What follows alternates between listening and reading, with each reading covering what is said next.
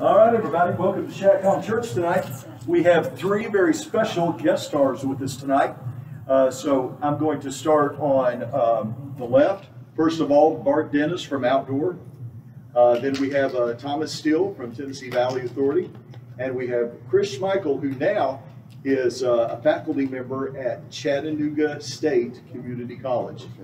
So very excited to have these guys here. And for all of our class members, what we're going to do tonight is talk about how to make your boss love you. Now, all of you guys now are working as supervisors, or you have been supervisors in the past. And you've been responsible for causing businesses to prosper. So to do that, of course, you can't do it all single-handedly, so you have to hire staff. You've had people working for you. You've had to build a team of folks to do a specific task or task. And not everybody works out. Not everybody's cut out for the kind of business that you're in. The question before us tonight is, once you find somebody, how do you decide to hire them? How do you decide to promote them? And how do you decide to let them go? How can a person advance in your respective fields? So what I'd like to do tonight is start on the extreme left with Bart, and I'd like to ask you to open up by telling us who you are and what your professional background is, what you've done in the past, and how it led you to Outdoor, and what your current position is. In short, my name is Bart Dennis. I'm the Chief Operating Officer for Outdoor Inc., a land improvement company.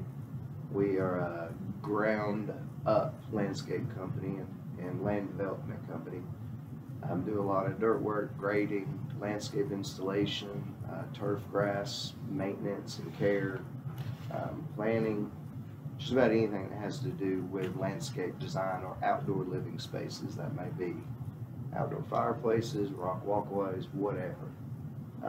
We literally design outdoor living spaces where life happens with both style and grace. And that's kind of our thing. And what else did you want to know? Well, tell us about your professional background up until the point you were hired at Outdoor. Well, I've been doing landscape for about 20 years. I owned my own business to start, and then partnered with another guy, and then we got bought into a company called Sawyer Landscape, which was founded in 1911. They were the third oldest landscape architecture company and design firm in Chattanooga, and that's where I got my formal training in horticulture, bed design, and architecture in regards to landscape.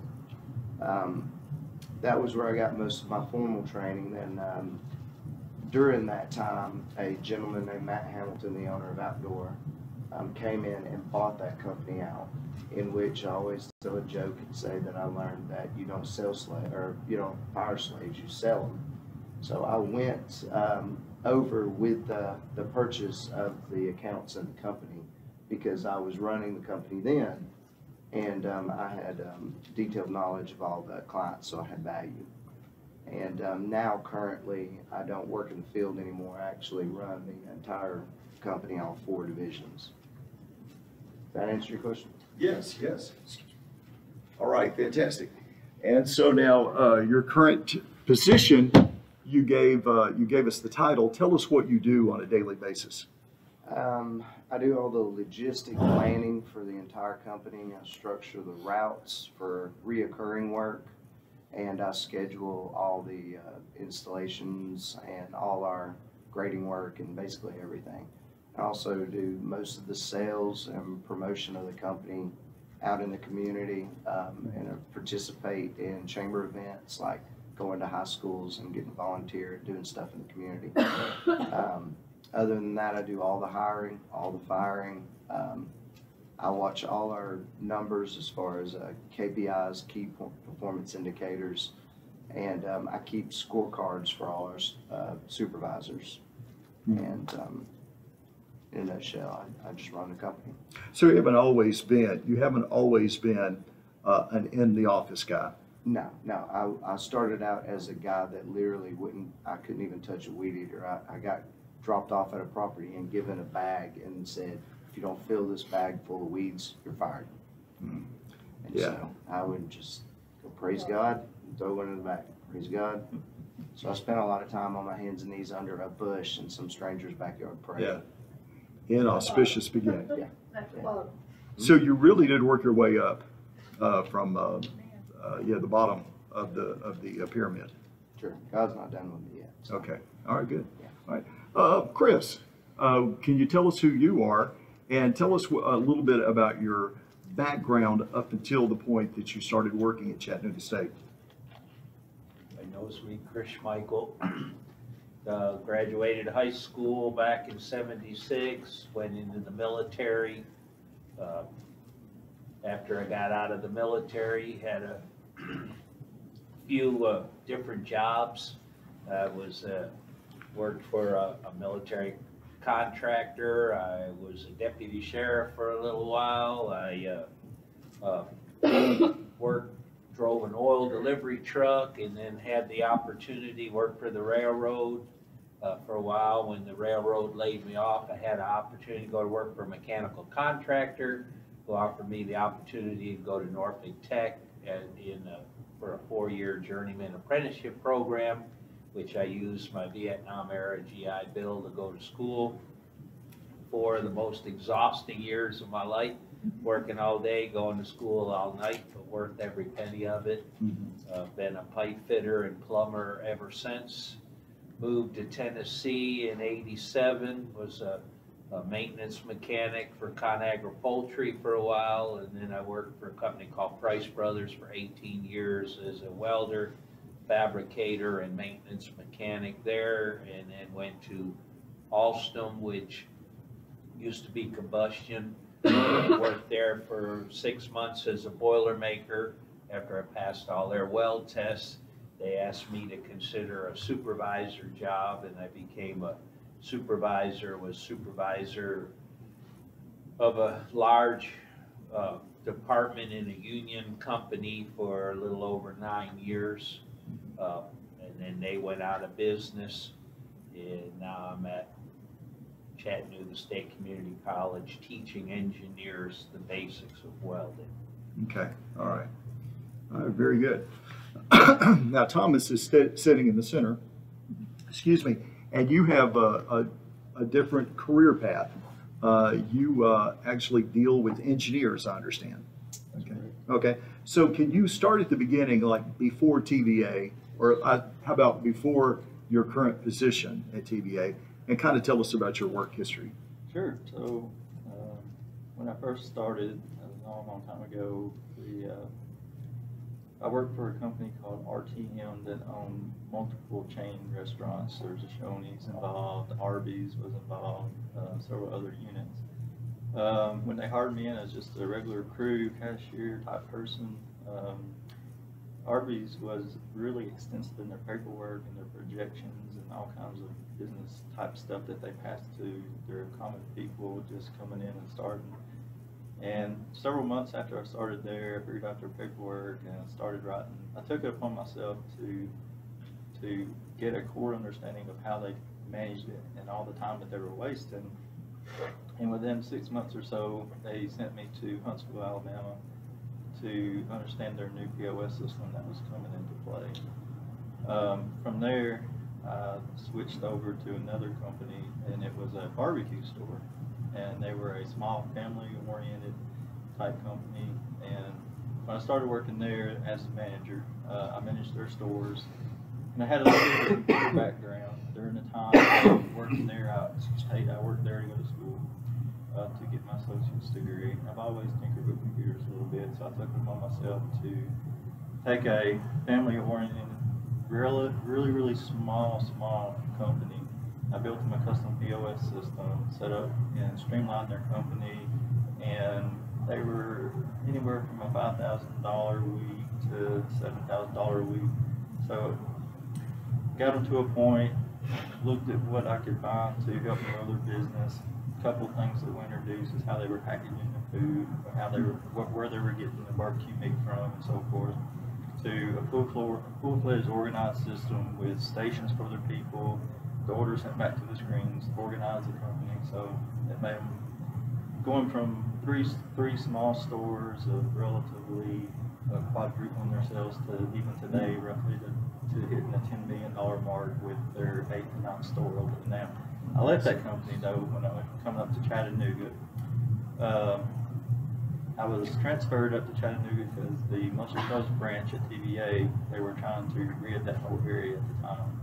But my whole time I was down at Decatur, Alabama, I was working on the construction of Watts Bar Unit 1, or Browns Ferry Unit 1, Watts Bar Unit 2.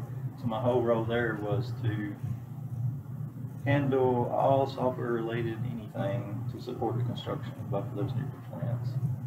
That started out with a relatively large team of about 30 people from all points of origin all over the place, from Peru to India, several U.S., Canadians, you name it, they were there.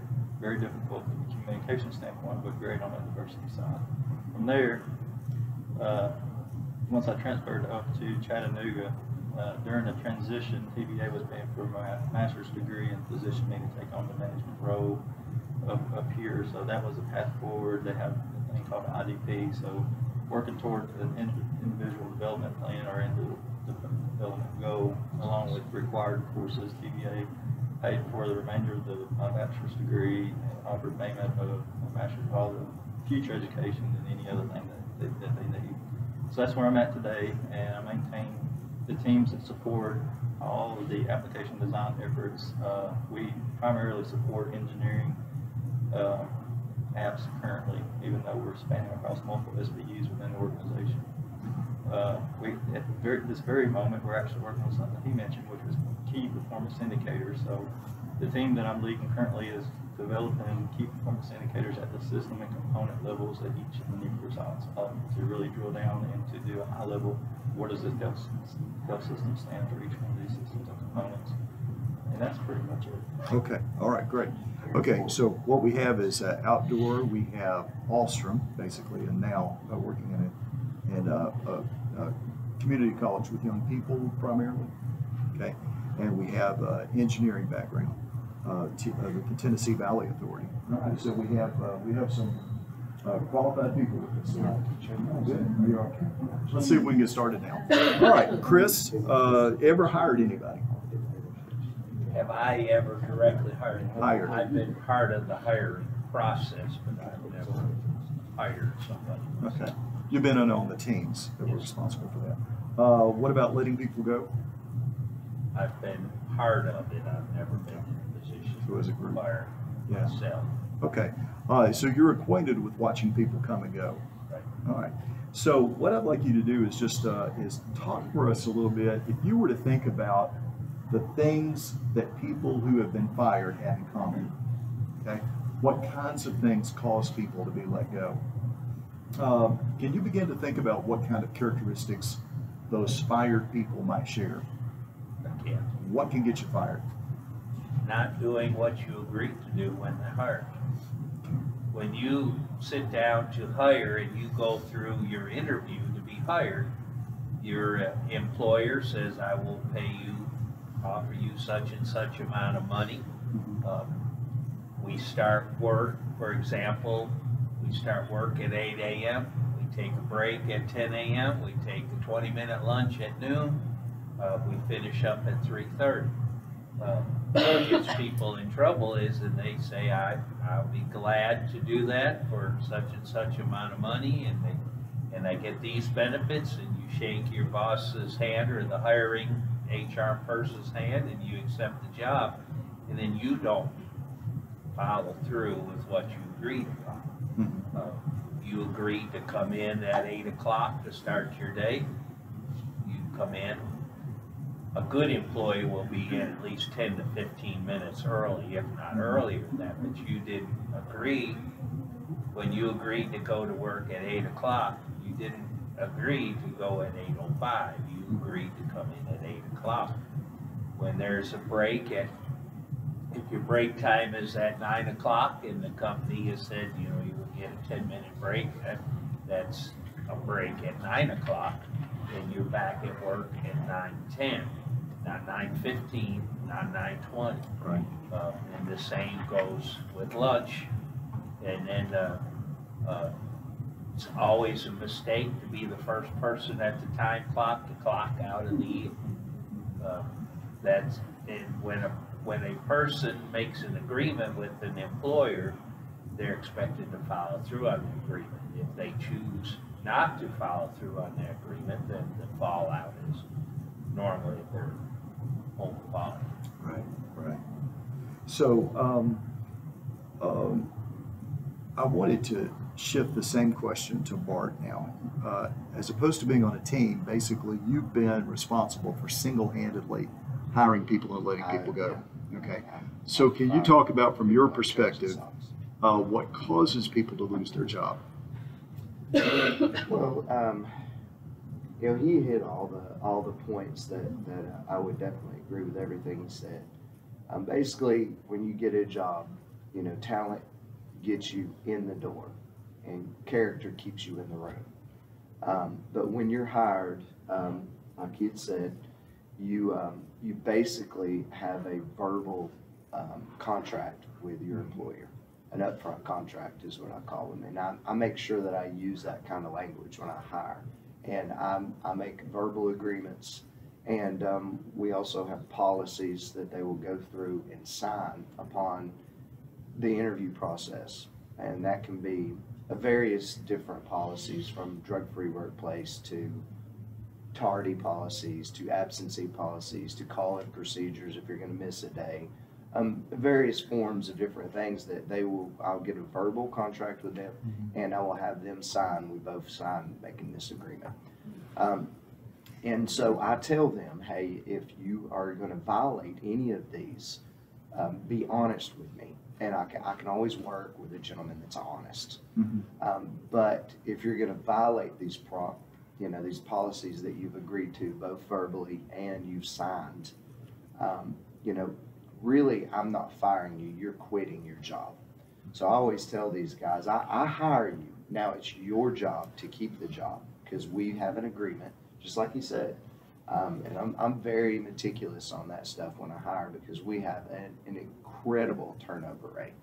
Melanie can testify. She's probably heard me talking about it. It's a very, very common thing that, well, like I said, I don't fire people, they quit their job. But if somebody was keeping score, I could also say, you know, we go through a lot of people. Justice is over there going. So, yeah, we've had, for example, we've had 3 people quit in one day, or, you know, decide to quit. Well, let's say we came to an agreement that you no longer work here. But the things that cause them to do that is simply a violation of company policy and verbal upfront contracts. And it's always, you can always see the pattern emerging.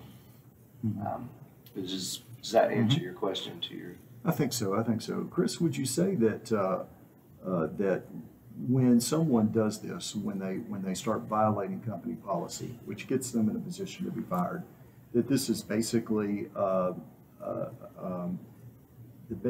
the employee is being self-centered.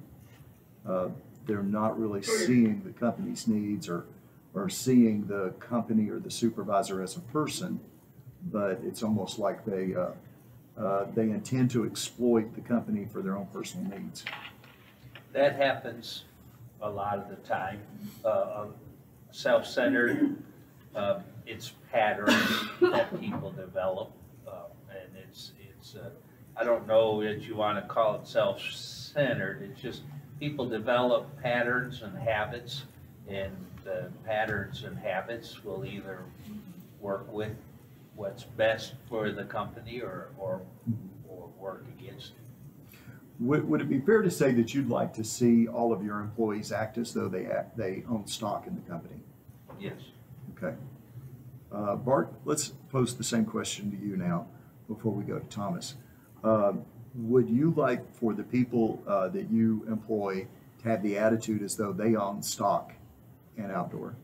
Absolutely. We always encourage and expect a man, especially a route supervisor or somebody that's in a small leadership role, to run that truck and that equipment as if he owned it.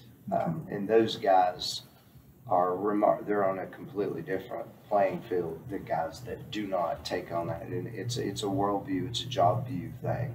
So if they don't buy into the culture of the company or what the company's vision is, you know, then they just don't.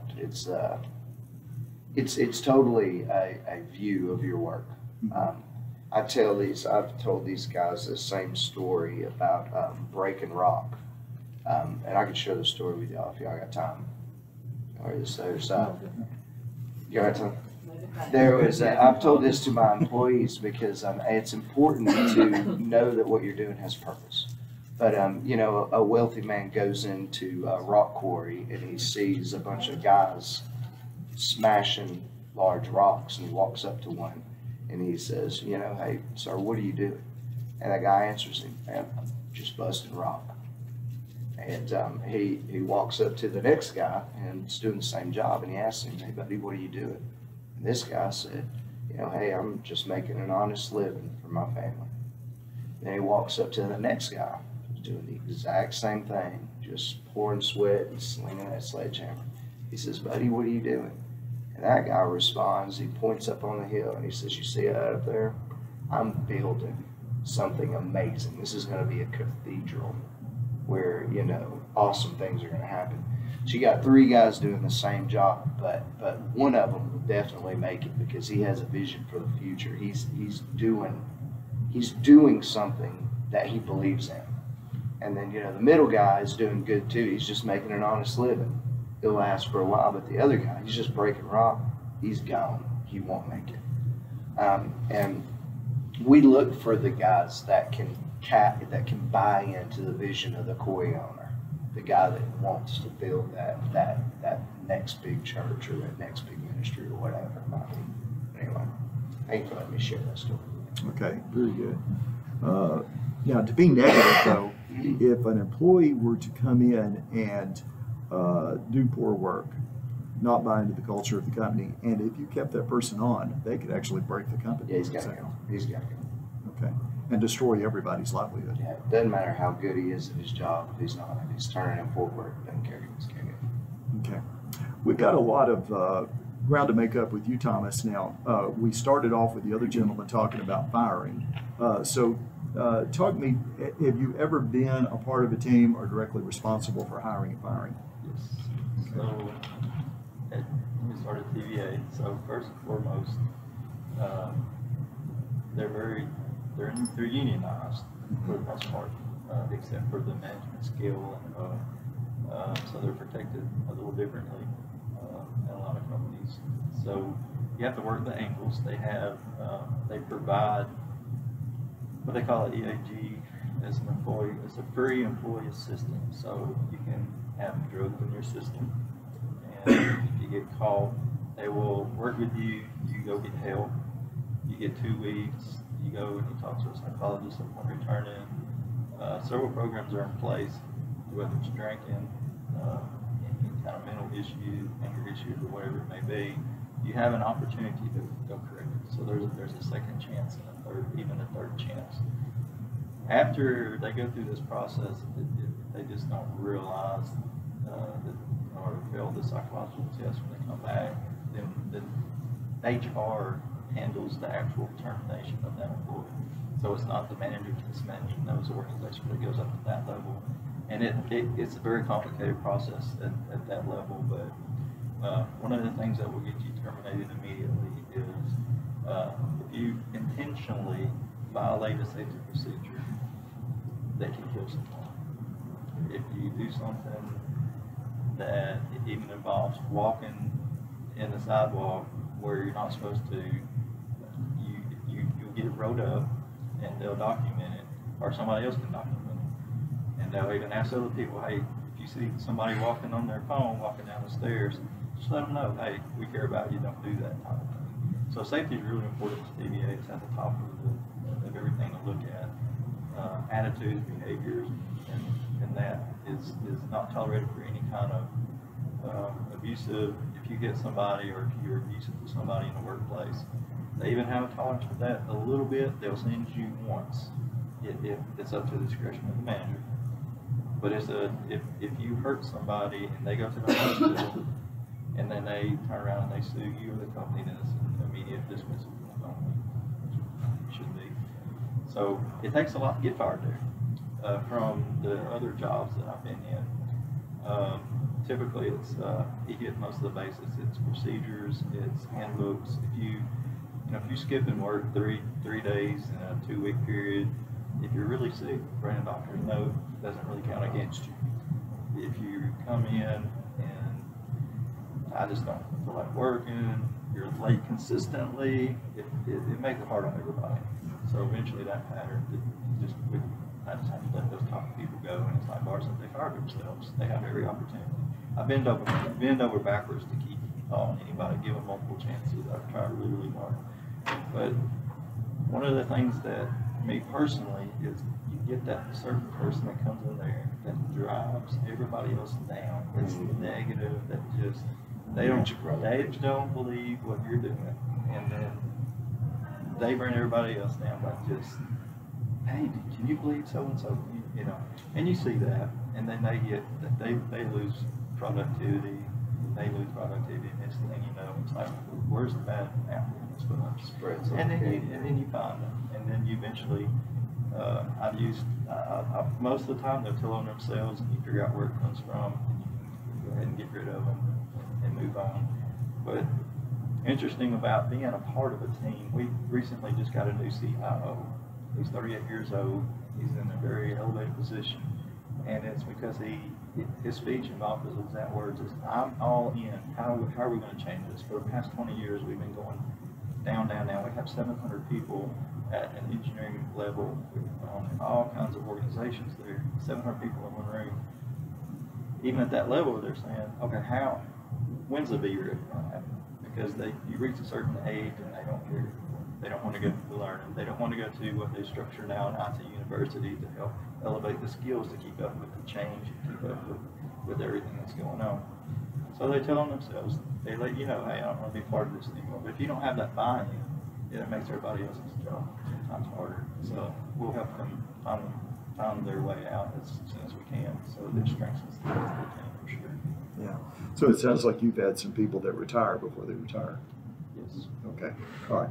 Now this is going to be a real uncomfortable part of the discussion, but I'd like to talk about the differences between generations. Chris, have you ever seen any work differences between, say, baby boomers and Gen X and millennials? I have. Okay. Can you describe that? Just talk in general terms about the differences that stand out. Well, this be very subjective from my point of view. Baby boomer age folks, which is the older ones, normally you can set a task, explain what they do. Normally by then they know what they're supposed to do. Most baby boomer age or older are what I call non-supervised employees, where you can explain the task, turn them loose, and they go do their day's work.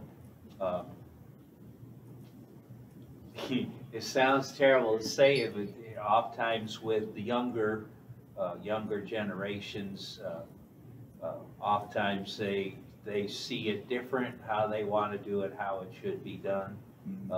And sometimes they have good input. You always want to take input, but it seems like the younger generations that I've had to deal with have to be pressed more to accomplish the task. There tends to be, the older generation tends to look at it as, I settle up on payday. I work this week and I give you an honest day's work, you give me an honest day's pay. Now we're settled up. And then the next week they go back to work. A lot of the younger generation looks at, that I've had to deal with, is, you kind of owe me, what do I get out of the deal? Yeah. Kind of want it almost seems like they kind of want it up front, where the older generation settles up on payday. The younger generation seems they want it up front. What do I get out of this up front? If that makes sense. It does. But of course, there was a generation that trained you, the World War II generation, the greatest generation. The greatest. Any differences there? Yes, the greatest Can you talk about generation, that? and they are slowly fading away, and it frightens me when they're gone. Yeah. The greatest generation sees what has to be done, goes about doing it, and they're satisfied in themselves with the job well done. They didn't need patted on the shoulders or anything special. They took pride in who they are, what they did, and when they gave a good day's work, they knew they gave a good day's work. Yeah. And they were proud of themselves for doing it. It sounds like you're almost describing more selfishness if you judge between the greatest generation and millennials. I don't want to pick on young people, but still this is something that we see in people that write about things like this pretty consistently, that there is a real difference, that the greatest generation was basically come in and pump iron, to use a working out metaphor, get this done. You don't do it because you like it, you do it because it's what you do. It's the greatest, it is that your work is a testimony to your character. It's a privilege. Whereas the very young people that we're describing are just wired different. It's almost like they want to see what you're going to do for them, and then they want a lot of input. They want to negotiate a lot. Yes. And that's just being real general. Does that sound right? Sounds right. Okay, all right. So now, yeah, go ahead. What you're saying is actually ownership of the job. The older generation are taking ownership, where the younger generation are not taking ownership. We used to call it, we would call it often at Alston, we called it thumbprint management. Okay. What that meant is people took pride. I had my hand in this. Yeah. So what I do, I want my part to be right. And then if you hand it off down the line to the next person who felt that same way, time it went out the door, it was right.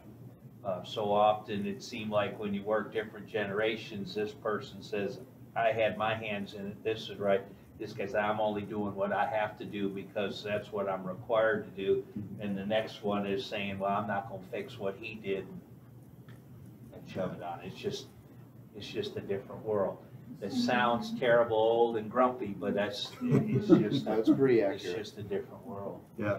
My father was a member of the greatest generation. And the thing that I really remember about him, the way he would talk, is that people would see their jobs as, let's say you're a tradesman, and let's say you're a carpenter. Then a lot of your identity was to be the best kind of carpenter, the most well-rounded sort of carpenter you could be. And so that was, it was really a testimony to the kind of person that you were, especially I think for back then in that era when those people were, say, the 1950s, 1960s, maybe a little earlier than that. A lot of people in the job force were men as opposed to women, or women stayed at home. And so this guy was, as the breadwinner, this was who he was. And so it was almost like, people today might bring their diploma in and go, look, I graduated from MIT. Back then the value was, look, I'm a trained, certified carpenter. And so I want everybody to see that my work is excellent. Does that sound right? Yes. Okay. I agree with that. Okay, well, thank you. It's in generations. That's it. There's college degree, and then there's a workforce like in the, where you're a farmer. Mm-hmm. Your life has always been in a farmer's world. Mm-hmm. They did all the work in that, and then you go to the, like Thomas, he's with TBA. Randy worked with TBA a lot, but he did a good job of that. And then he had his with another company, the same thing. It's just generations gonna be that way all the way down. But we're not dead yet, so No, why don't we just beat the fact of them and make them get to work on time. I took a young man to work one day, and he was running behind. And I said, are you gonna call and let them know that you're running behind? He's like, it don't matter, everybody, they're always late, everybody at the store's late. I'm going, what? That's a culture problem at that store. We didn't do that. If Flows right I through the knew top. I was gonna be late, if I was before time but gonna not get there at my regular 15 minutes before, I would call and let them know, hey, I'm on my way, I'm coming, but I'm gonna be late. Yeah. He's like, no, nobody ever, and I'm That's the going, difference. Yeah, I fire That you. generation, this generation, that generation, oh, this generation. I got my Well, granny's roots. there's a lot of differences in the different generations. Yes, there Talking is. about the greatest generation, that was my Yes. grandfather's generation. Mhm. I remember his advice. It was a weightier advice. It was about integrity and honor and taking ownership of everything you do in a godly manner. Yeah. And they were not quitters. No. I remember some of the best advice I'd ever got. I didn't take it till later in my life. I wish I would have started earlier, but God still blessed me. But my granddaddy used to say, no matter what you do, it doesn't matter what you do, just keep at it. And he would say stuff like, do it with all your strength, heart and mind and stuff. But he made a very specific point about Americans in general. He said Americans are quitters. He said it doesn't even matter if you're the best at your job. If you stay there and do your best, you will outlast them all, and you'll be the boss. And I'm definitely a testament of that. I don't think I was the greatest guy that ever came across a weed eater, a lawnmower, or a pickaxe. The point was I grinded for a very long time, and it was just by experience. Everybody else, and I mean, now I see generation guys come in, and it's just like he said, they come in and they don't want to earn anything. They would like to take pay up front. They would. But the first thing is, well, what kind of benefits do you have? And it's like, well, I tell them, we have benefit packages, but not until I know who you are. What do you have? Why would I want to do that for you? And they've been trained, have good interview skills, right? But they have zero work ethic and zero grit when the going gets tough, when the sun's beating down and the sweat's rolling. They just throw in the towel and walk away. And that kind of mentality, I don't care if you work in an office, that quitter, I got to have my burger my way today mentality is never going to be the guy that runs the company. It's never going to be somebody that takes ownership or takes pride in what they do, a godly pride, an honorable pride. Those guys, I see those guys all the time. I mean, and I've met guys that have talent, are very smart, but they have no grit, no backbone when it comes to work. None. And physical strength doesn't matter either. I've seen some big guys that just nothing. They got nothing. It's shocking, sad. Thomas, you've been listening to all of us talk about generations. I'm wondering how that sounds from your perspective. I think that they're hitting it head on. I think that cultural differences over the past generations, we can certainly say that we've all increased in wealth, and it seems as if we can remember who we actually work for, and we get self out of the way sometimes, it seems that we've lost that who are we, what are we doing, that identity, all this cultural coming down, all the news, everything that's impacting these young folks, and they're used to getting everything handed to them, and now they're getting up into the working age, and this is just what I'm seeing. They get up to the working age, and they expect the same thing from their employers, and they were kind of asking, what's wrong with them? But it's the root, it's the value, it's who we're working for, why are we working for? We're working for the kingdom. We're supposed to have that.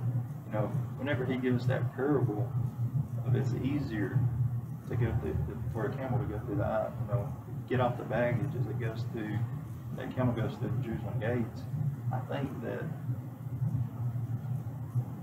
it's very disheartening to have we enforced that on this generation? Have we taught that generation what those true values are? Is the cultural change, I mean, the identity problems that we're having, people don't even know their gender, and they're listening to this stuff, they're hearing all this stuff, it's impacting them. I mean, their companies are paying thousands of dollars to figure these people out. How and why do you think the way you're thinking? And I'm not against psychology, but it can't be about self. We gotta have the refocus and redirection on what we're really doing and what we're doing it for, and get our identity back. And it's got to start somewhere to uplift, to remind them what it's about. The new generation for sure is, well, what are you going to give me? Well, then they're not all like that, but it's all dependent on their background. It's all how they grew up. It's all what's envisioned to them. They go out into schools. We don't know what's happening in the schools completely. I can't even imagine. A lot of public schools, especially in bigger areas, it's all different, peer pressure and whatever you have it. I mean, it's got to be tough out there. I can only imagine. When I went to a smaller school, and we had our small Christian organizations within the school. It's just easy for us. It's easier for us. It's easier to express our background and or gather our character and build on who we are. Just naturally, it's easy. But if they are not part of it, and we don't continue pushing them, I think it's a big gap. As church attendance decreases across America, and all this keeps continuing in, and it's just going to continue to drop out. People are not going to know why they're even working. It's going to be about self. They're going to forget about the reason. Yeah. There's some good ones out there, though. There are some good ones. I've met some pretty good ones, and we invest in them. We give them the opportunity. I mean, we're a company that actually states that we train men to be men. And some of these younger guys come in at 20, 21, and they need that mentorship. And some of them can handle that. Others, hate the correction, don't even like the idea of what do you mean? And it's like, I mean, just quite frankly, you're you're not going to make it. But never said that to them, but there are some good ones out there. It's like watching a train wreck in slow motion. Sure. It just got back then and today, and I get discouraged when I see some kids act like they do, disrespectful. I came home from work one day, cut on the news, and the first thing I hear is this man, he's a vet, 80-some years old, all his friends that he was in the military with had died. His daughter was afraid he wouldn't get no birthday cards. She puts on a treat, whatever y'all do, his phone. And he got so much mail, it filled up the whole room. They got mail from all over the world. Even had money, and some of them had pictures of enemies that he fought with. They were. Wow. I mean, the room was filled, and those women sat down and read very little. Wow. And it just filled my heart. I said, see, we got good people in the world. Yeah. So Joe Biden needs to shut his mouth. He's disrespecting us over there. And that's wrong. But we got good people. They just got to be heard from. They can't be silent. They can't be silent. We can't be silent. The good folks of the world gotta. It's easy to talk about the cultural problems, but really there's no bad kids, there's no bad parents. But a lot of things have been done wrong, but it's not too late. It's never too late, to fix it. God's big enough to fix it. And I've seen that in my own life, and as of you guys have definitely seen it. And I think one thing that needs to be done is these things that they carry with them, they can't walk down the road, they can't go through a house or their bedrooms, they sit side by side with each other, and they don't talk to each other, they got their phones texting each other. This was one of the worst things that took over the house phone, the land phone, that ever come up. I believe that. I really believe that this is the worst thing that ever come up with. And you just These didn't things should start. have been thrown away years ago, when kids stopped being able to go out in the yards and play. It really was. That's why kids stopped going out in the yards and these games that they played. That's the reason, because they had a pacifier instead of their parents going out with them and sitting in the yards with them and playing or doing things like they used to do. These games and the telephones and things like that is their pacifier, the babysitter, instead of their moms and dads. That's a big thing wrong with kids today. A big. Well, let's see if we can finish on as positive a note as we can. Chris, you're in school in a community college. Can you describe can you describe a successful student? What kind of characteristics does a young person have that does well? The one, what in Tennessee that a lot of people don't realize right now with Tennessee Reconnect and Tennessee Promise, anybody, if you're a resident of Tennessee, can get an associate's degree, a 2-year college for free. Anybody can go. It doesn't. I have what's called an open lab. I teach 6 different classes, 6 different types of classes. One of the classes I teach is called Welding 1060, which teaches people that really hadn't even done any kind of metal work at all, the basics. Then I teach 3 different intermediate type classes and 2 types of advanced type classes. The 1060 class is a set time. That's by Fridays. They come in at 8. We take a regular lunch break. They're there till 3:50. And they have to work on their particular projects for the day. But in the intermediate and advanced, it's an open lab. It's open time. I'm there. They have to do at least a 4-hour block, depending on the classes they're taking. So my lab is open because they have other classes. So I'm there to provide and be there. So their time is not written in stone. They come in at 9 and they do a 4-hour block, or they may begin at 8, or they may come in at noon and that's be there until 4 or 4:30. The successful ones, the ones that I can tell are being successful. One, it's very hard because there's such a demand for welders. I can teach somebody pretty quick how to pass basic welding entrance tests where they can learn to pass the test and get a $20 an hour job all day long. But the ones where I'm at, I'm teaching people that are coming in to become engineers. They're working their first associate's degree in engineering, whichever direction they go in. So my task is I want to teach them to weld, to help them get a job, but yet keep them from going and getting a job and quitting their education. One thing I was told by the wisdom of grandparents is get all the knowing you can, because once you know it, it's yours. Nobody can take it from you. So it's very important to try to keep these young people. I have both young men and young women, and of course that and I get emails almost every day looking for welders, starting pay. One of them from a fossil fuel plant that's being built in Augusta, Georgia, starting pay is $36 an hour. And I have students that can pass that test right now.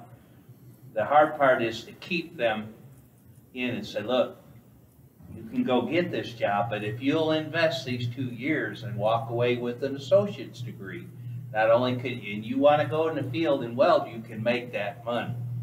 But if you decide you want to go further, once you have that associate's degree, you get a job at a company, that company's liable to come along and say, when they see you putting out that effort, say, well, we'll pay for you to get your bachelor's degree. Companies will help you get our education, or when you get older, my age, and arthritis and everything sets in from working hard all your life, it opens doors where you're not having to be in there. You know what I'm saying? So the ones that I can tell right off, and I don't mean to be judgmental, I've got some that I know are going to be very, very, very successful, and some will get by. The ones that I know that are going to be successful is they'll be here at 9. I don't have to watch to make sure they stay 4 hours. This particular one comes in at 9, he's going to be 9 to 10, 10 to 11, 11 to 12, 12 to 1. At 10 to 1, he's going to say, Mr. Schmiechel, I'm done for the day. But the one that you have to say, no, you got another 30 minutes. You know what I'm saying? You're not finished, you know, with your time yet. You've got to get that block in. When are you going to? The ones that I know are going to be successful are the ones that are obviously self-disciplined. Okay. And they're going to make it work. And you pick them out. You can pick them out. Don't mean to be judgmental, but you can pick them out. There's an analogy I learned years ago that always stick, and I'm talking too much. Of course, I'm not a big sports guy, but I do enjoy soccer, watching soccer. And I learned this analogy years ago that made sense to me anyway. In all the rest of the world but America, soccer is king. But in America, one of the major sports is basketball. But nowhere else in the world do people play basketball. You know why that is? Because soccer, people in most of the rest of the world can sit there for a 90-minute game and get excited about 1-0, or 1-1, or 2-1. But in America, basketball's king is because we need immediate gratification. It's, yay, he scored. Yay, he scored. You know, yay, he scored. And that's one of our struggles here is in our country with all the technology. I mean, it all ties in with the cell phones and the computers and the access to technology is we want it instant gratification. Fast food restaurants, the other countries that I've been in, you see fast food restaurant, but not like in America. Why do we gotta have that? Gotta have it right now. Yeah. Instant gratification. Yeah. Where soccer countries can cheer and get excited all day long and go home. Man, we beat them 1-0. Yeah. In America, it said, Lord, it's got to be 120 to, you know what I mean? If that makes any sense. So we need a soccer mentality. Yeah. All right. Thomas, it sounds like as far as takeaway goes, this is really all about character. That having a certification or a degree, having a master's or a doctorate, having a diploma or not, is all secondary to what's inside of you. What kind of drive do you have? I would agree. Okay. It takes a lot of who you are. If you're willing to go the mile, you know where you are. There's a lot that are naturally going to be good at computers and all those things. It's just they're growing up, they're used to doing, working with them constantly, so they're naturally going to be good at them, and they're going to be our future. They just keep in mind the characters before all the other, just remain who they are. I think they'll just turn out just fine. Okay, all right. Bart, any last words? I think everybody hit it, but you know, you can't teach attitude, and I'm realizing that either guys have a good attitude or they don't. And it doesn't matter if you're a rock star at your job or you're talented. If you have a poor attitude, you're not going to make it anywhere. Yeah. And like I said at the start of this, you know, talent gets you in the door, but character keeps you in the room. All right, good deal. All right, well, I appreciate that. Well, let's say, how do you think they did? Too bad? Not too bad? Randy, do you have any parting thoughts? Think you'd like to? Actually, no. Of course, when I went to work and working through things, I always like to take ownership of the job. If I had a job to do, it was my job. It's my reputation that went with the job. And you got, and that's something, and it's attitude, as you call it, attitude. But a lot of a lot of the people do not have that. They don't want to take ownership of that, and they just want to go in and do minimal and walk off and leave it for the next person. I want, if I do the job, I want to leave it for the next person. He won't have to do my work. So, you know, that's what I really like to see in employees. I like to see good attendance. And like I said last time, if their attendance is bad, they can be a rock star. If I can't rely on them, I'll take somebody that's not as talented as they are. And I will keep that person instead of keeping the one that really is qualified. You know, he can do the best job around. If the monkey can be on time, the monkey can be trained to do the job better. Yeah.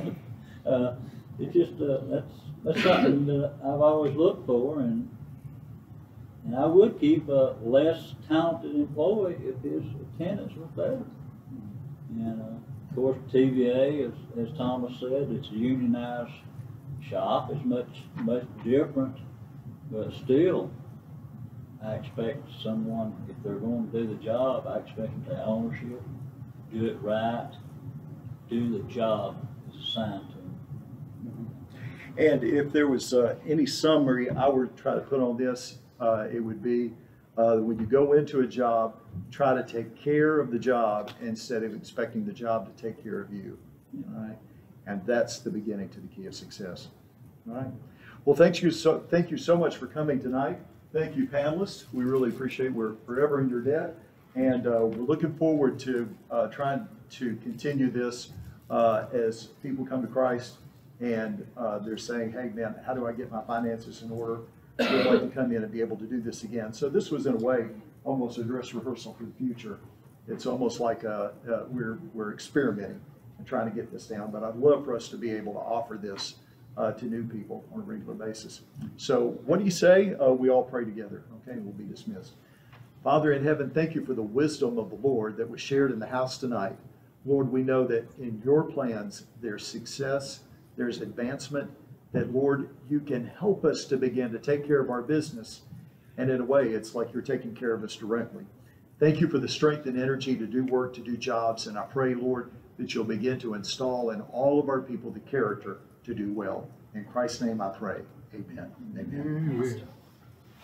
Pastor. Yes, ma'am.